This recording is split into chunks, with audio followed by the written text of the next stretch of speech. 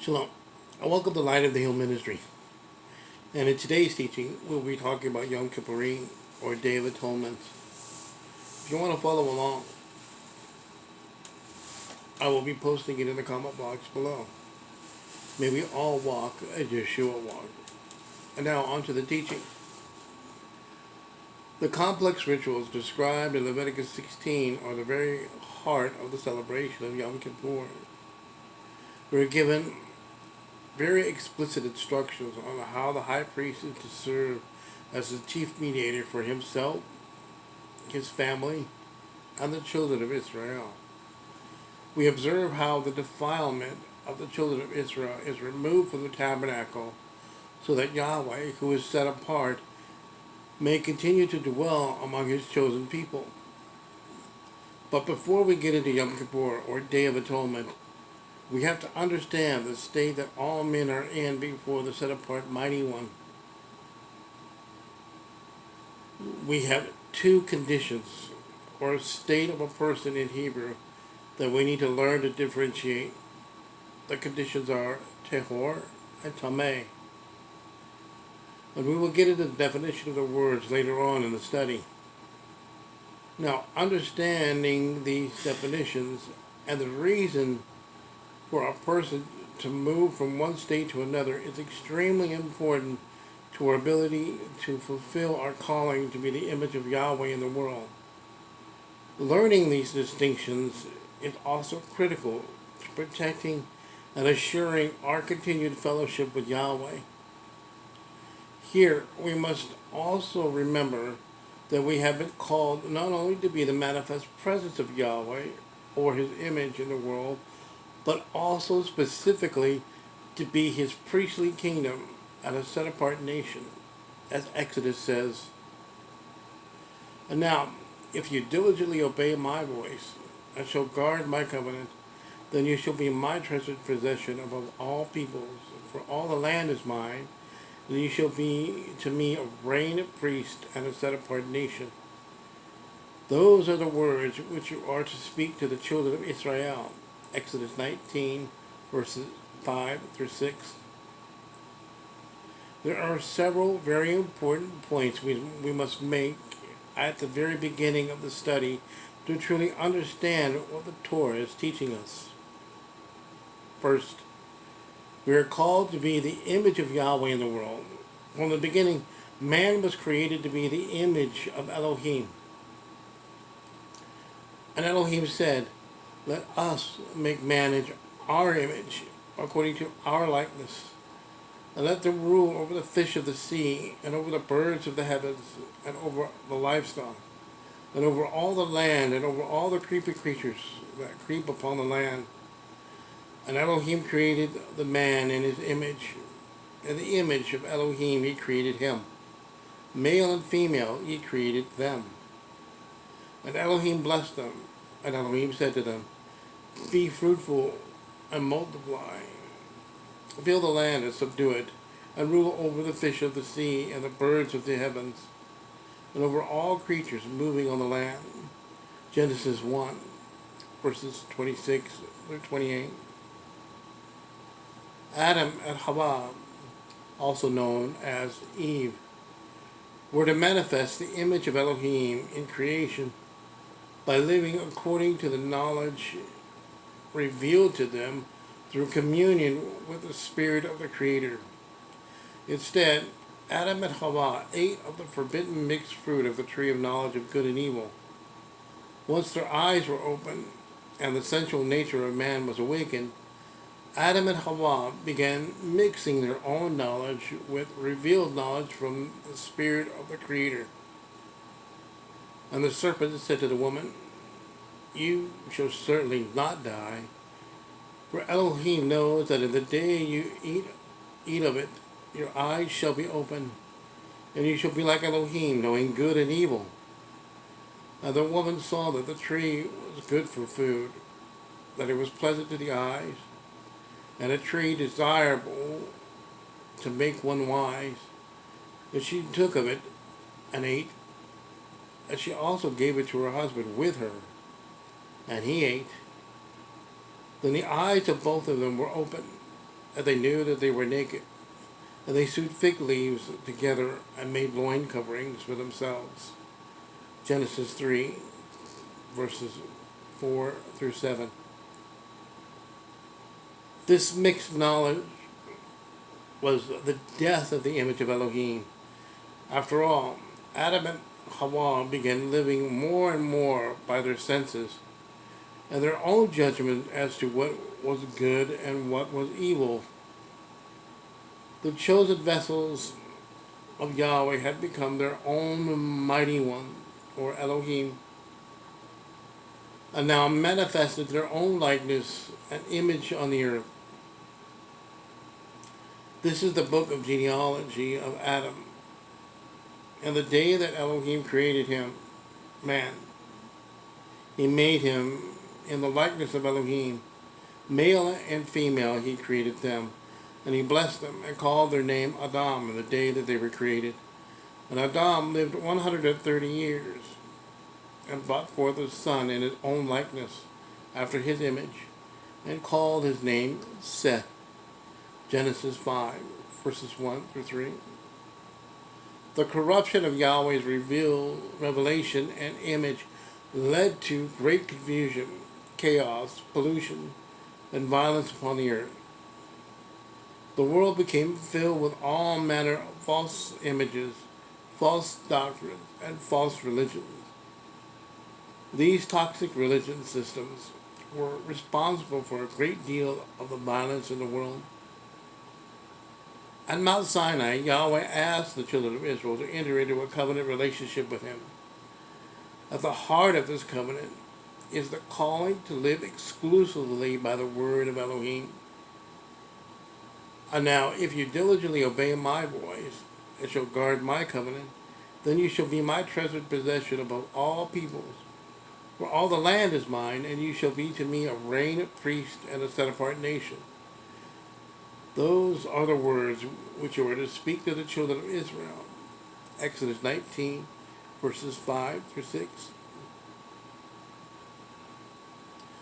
The children of Israel, fresh from their deliverance from bondage, quickly agreed to enter into the covenant.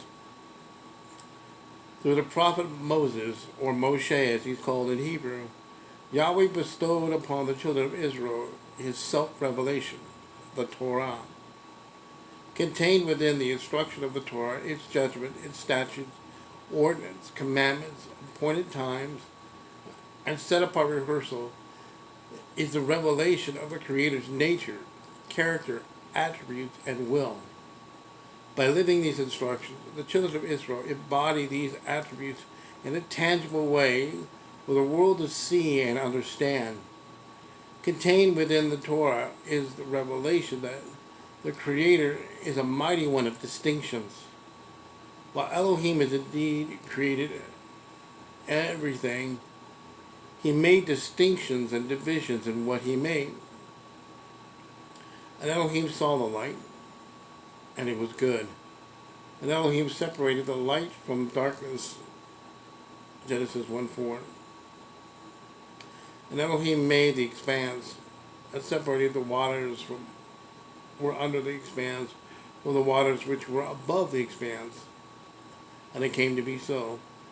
Genesis 1:7. And Elohim said, "Let lights come to be in the expanse of the heavens to separate the day from the night. And let them be for signs and appointed times and for days and years." Genesis 1:14. But against any of the children of Israel no dog shall move its tongue, against man or against beast, so that you know that Yahweh makes distinctions between Mitzrayim, or Egypt, and Israel, Exodus 11, verse 7, so as to make a distinction between the set-apart and the profane, between the unclean and the clean, Leviticus 10:10. By these distinctions, the Creator of the universe brought order to the chaos. When Adam and Hawa mixed the revealed knowledge of Yahweh with their own sensually gained knowledge, they corrupted the image. When looking at Adam or his descendants, it became impossible to determine what belonged to the image of Yahweh and what belonged to the invention of man. Israel, therefore, was called to make distinctions. This distinction involved every aspect of their lives. To make a distinction between the unclean and the clean, and between the living creature that is eaten and the living creature that is not eaten. Leviticus 14, verse 47. Do not put a garment of different kind of wool and linen together. Deuteronomy 22, verse 11. All these distinctions serve to manifest some specific character trait or attribute of Yahweh in the world. The greatest distinction to be made is between these two states known as Tehor and Tameh. The Hebrew word for clean is Tehor, Strong's H2891, and means the following: to be clean, to cleanse, purify, made clean, properly to be bright, to be pure, that is physically sound, clear, unadulterated, morally innocent, to be purged, purified, to declare something or someone clean. And the Hebrew word for unclean is tameh, from Strong's H2930, foul in a religious sense, defiled, infamous, polluted, pollution, unclean. These designations, Tehor and Tameh, are best understood in terms of the relationship to the calling to be the image of Yahweh. Tehor is a designation for those things or the state of being that best serves man in being the image of Elohim. A person is in a state of Tehor, clean, when his spiritual and physical condition and state of being are indeed appropriate for and consistent with the image of Yahweh, are thus able to manifest it correctly. Tameh, unclean, on the other hand, is a person that is in a state of spiritual or physical condition that is in an inappropriate condition for manifesting the image of Yahweh. Understanding these designations is at the very heart of keeping the Torah. To aid the children of Israel in learning these designations, Yahweh called Aaron and his son to become priests to the children of Israel and to teach them how to make these distinctions. This teaching role of the priest is vitally important. Not only are the priests to teach them how to make these distinctions, but they are likely to serve as role models to the children of Israel, who are themselves to serve as a priestly nation to the world around them. In other words, just as the sons of Aaron are to teach these distinctions to Israel, Israel was and is called to teach these distinctions to the world. Let us be careful not to lose sight of the connection between these distinctions, Tehor and Tameh, and the image of Yahweh. By keeping the Torah, Israel manifests the image of Yahweh in the world.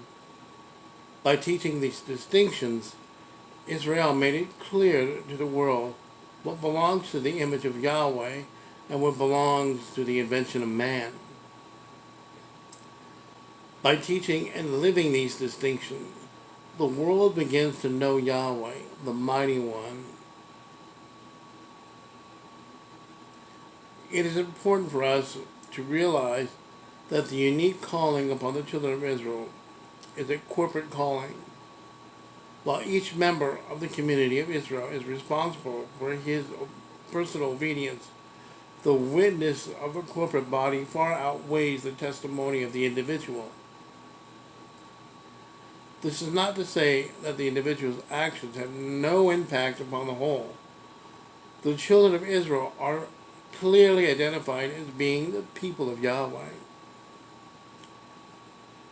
For you are a set-apart people to Yahweh, your Elohim. Yahweh, your Elohim, has chosen you to be a people for himself, a treasured possession above all peoples on the face of the land. Deuteronomy 7, verse 6. The individual's behavior will certainly reflect upon the whole community. We need to recognize, therefore, that if we are identified with Israel, that we are part of Israel's manifestation of the image of Yahweh. How Israel acts reflects directly upon the world's understanding of who Yahweh is. It is vital, therefore, that the children of Israel learn to distinguish what is Tehor and what is Tameh, what is set apart and what is profane, what belongs to the image of Yahweh and what is the invention of man. Since the time of the fall, humanity has largely become sensually oriented rather than spiritually discerning. For this reason, Yahweh has chosen to speak to fallen man in the language he is most accustomed to, by using visible words. We must understand that the tabernacle, the altar, the priesthood, the rituals are all part of the visual manifestation of the image of Yahweh.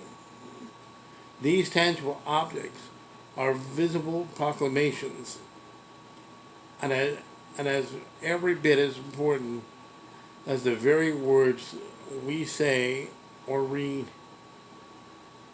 The tabernacle and its furnishing serve as an object lesson for the children of Israel, as well as for the nations. In understanding the holy nature and character of Elohim, our mighty one, whenever an individual member of Israel, or Israel as a people, fails to make the distinction or transgresses the boundaries of the Torah, they are guilty of sin and have defiled the image of Yahweh. Everyone doing sin does lawlessness, and sin is lawlessness. 1 John 3:4. It is possible to desecrate the image of Yahweh in a positive fashion by adding our own understanding and interpretation to the Torah, as is the case with the Talmudic Judaism. The image of Yahweh is desecrated by omitting commandments, as is the case with the Christian Church's teaching that the dietary laws and the ceremonial laws, such as the distinction between clean and unclean, have been done away with. The Torah itself clearly forbids such tampering with the revelation of Yahweh's image. Do not add to the word which I command you, and do not take away from it, so as to guard the commands of Yahweh your Elohim, which I am commanding you today. Deuteronomy chapter 12, verse 4. Understanding that sin defiles the image of Yahweh by mixing pure revelation of Yahweh with sensual knowledge and human invention is important to understanding the instructions concerning the rituals enacted on Yom Kippurim, or Day of Atonement, or Day of Covering. With its foundational information given, let us now turn our attention to the study at hand. Our study begins by establishing the context of the instructions about to be given. And Yahweh spoke to Moshe after the death of the two sons of Aaron, as they drew near before Yahweh and died. And Yahweh said to Moshe, "Speak to Aaron, your brother, not to come at all at times of the set-apart place inside the veil, before the lid which is on the ark, lest he die, because I appear in the cloud above the lid." Leviticus 16, verses 1 through 2. We should observe that these instructions are given after the death of Aaron's two sons, Nadab and Abihu. And Nadab and Abihu, the sons of Aaron, which took his fire holder and put fire on it, and put incense on it, and brought strange fire before Yahweh, which he had not commanded them. And fire came out from Yahweh and consumed them, and they died before Yahweh. Leviticus 10, verses 1 through 2. Using the definition above concerning the image of Yahweh, the tabernacle, Tehor, Tamai, and sin, we understand that Nadab and Abihu transgressed the boundaries of Torah, twice defiled the tabernacle and the image of Yahweh. First, we see that Nadab and Abihu, while possibly well-intended, defiled the image of Yahweh by adding something to the revelation of Yahweh. In their zeal and excitement, these two brothers and priests brought to the tabernacle and the altar that which was not commanded.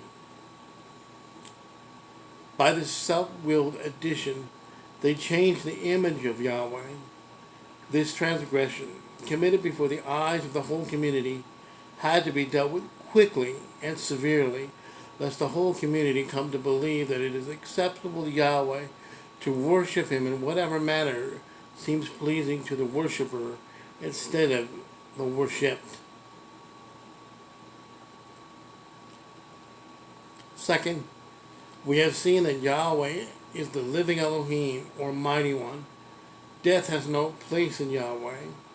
Anything that looks like or is associated with death renders one tameh. Thus, in Leviticus, we see that the carcasses of the dead animals, bodily secretion, necrotic tissue, destructive skin of afflictions, all render a person unacceptable as the image of Yahweh. And by these you are made unclean. Anyone touching the carcass of any of them is unclean until evening. Anyone picking up part of the carcass of any of them has to wash his garment and shall be unclean until evening. Leviticus 11, verses 24 and 25. Speak to the children of Israel, saying, when a woman has conceived and has given birth to a male child, then she shall be unclean 7 days. As in the days of her monthly separation, she is unclean. Leviticus 12, verse 2. All the verses between the deaths of Nadab and Abihu and the current explain what defiles the tabernacle, the people of Israel, and therefore the image of Yahweh. The deaths of Nadab and Abihu are clearly inconsistent with the image of the living Elohim. Therefore, their death defiled the tabernacle, the image of the object lesson of the children of Israel on how to be the image of Yahweh. The set-apartness of Yahweh is clearly not something to be taken lightly. After the golden calf incident, we heard of Yahweh's warning to the children of Israel that his set-apart presence could consume not a non-set-apart people. To a land flowing with milk and honey, for I do not go up in your midst, because you are a stiff-necked people, lest I consume you on the way. And when the people heard this evil word, they mourned, and not one put on his ornaments. And Yahweh said to Moshe, say to the children of Israel, you are a stiff-necked people. Should I go up in your midst for 1 moment, I shall consume you. And now take off your ornaments, and I shall know what to do to you. Exodus 33, verses 3 and 5. We must understand what is at stake in these matters. First, let us recall that consuming is not something Yahweh evokes upon us. It is his very nature. His set apartness purges every impurity. He is like a refiner's fire. Who does go up to the mountain of Yahweh? And who does stand in his set apart place? Psalms 24, verse 3. And who is able to bear the day of his coming? And who is able to stand when he appears? For he is like a fire of a refiner, like a soap of a launderer. Malachi 3, verse 2. The non-set apart cannot abide with the set apart. Wherever the set apart one sees imperfection, impurity, or anything that is not consistent with the set apart image, especially within his chosen vessel Israel, he will purge it from his set apart presence. Therefore, Aaron and all subsequent high priests are warned not to presume to come into the presence of the set apart one at all times, nor on their own terms. And Yahweh said to Moshe, Speak to Aaron your brother, not to come in at all times to the set apart place inside the veil, before the lid which is on the ark, lest he die, because I appear in the cloud above the lid. Leviticus 16, verse 2. This loving yet stern warning is then followed by the proper protocol by which Aaron can, once a year, enter into the Holy of Holies and into the presence of the Holy One. Let us note that the first thing Aaron is to do is bathe his flesh of all physical defilements and pollutants. He is then to put on pure white linen garments. He should put on the set-apart long shirt with linen trousers on his flesh, and gird himself with linen girdle, and be dressed with a linen turban. They are set-apart garments. And he shall bathe his body in water, and shall put them on. Leviticus 16, verse 4. The pure white linen garment are not the usual priestly garments known as the golden garments. The golden garments are clearly identified with the office of the priesthood. The ornate nature and recognized sanctity of these garments demand respect and evokes a sense of awe among the children of Israel. In this service, however, only Aaron enters into the tabernacle. Before Yahweh's imminent presence, the ornate golden garments are neither necessary nor appropriate. The linen garments speak of humility and purity. Since these vestments are indeed reminiscent of the priest's vestments, we may also understand these garments to be more closely related to the people. Therefore, Aaron does not enter into the Holy of Holies only for himself. He enters for his household and his extended family, all of Israel as well. Once Aaron bathes and puts on the pure linen garments, he gathers the various animals necessary for the service. The first of these animals are a bullock for a sin offering and a ram for a burnt offering. These animals are to be used for himself and his household. Aaron also receives 2 goats from the children of Israel for a very unique sin offering. With this, Aaron should come into the set-apart place with the blood of a young bull as a sin offering, and of a ram as a burnt offering. Leviticus 16, verse 3. And from the congregation of the children of Israel, he takes 2 male goats as a sin offering, and 1 ram as a burnt offering. Leviticus 16, verse 5. Next, Aaron presents these animals before Yahweh. We should understand that these 2 goats are to be identical in appearance. History tells us that the red cord was tied onto the goat to be sacrificed in order to distinguish it from the goat that is to be released. The choice of the goats for which function is understood to be made by Yahweh through the casting of lots. The use of identical goats in this ritual is to cause the people to see them as one goat, much like the 2 birds used in the ritual cleansing of the leper. The first bird is slain, while the second bird is set free in the open field. Leviticus 14, verses 5 through 7. And the priest shall command, and shall kill one of the birds in an earthen vessel over running water.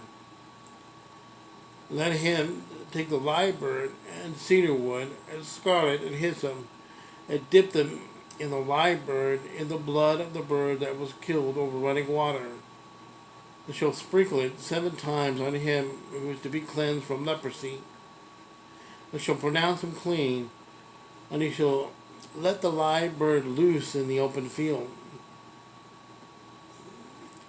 Just as 2 birds declared Yahushua through his death and resurrection to be the provision of Yahweh for our restoration to fellowship with him, so now the 2 goats proclaim Yahushua through his death and resurrection to be the means through which we may draw unto the presence of Yahweh without fear of his set-apartness consuming us. It should not surprise us, therefore, to see the casting of lots connected with both the goats and Messiah. Leviticus 16, verse 8. And Aaron shall cast lots for the 2 goats, 1 lot for Yahweh and the other lot for Azazel. Psalm 22, verse 18. They divide my garments among them. From my remnant they cast lots. Matthew 27, verse 35. And having impaled him, they divided his garments, casting lots, that it might be filled what was spoken by the prophets. They divided my garments among them, and for my clothing they cast lots. In the image of the 2 goats, we see Messiah as our sin offering that covers our sins from the eyes of the Holy One. However, he is the provision not only to cover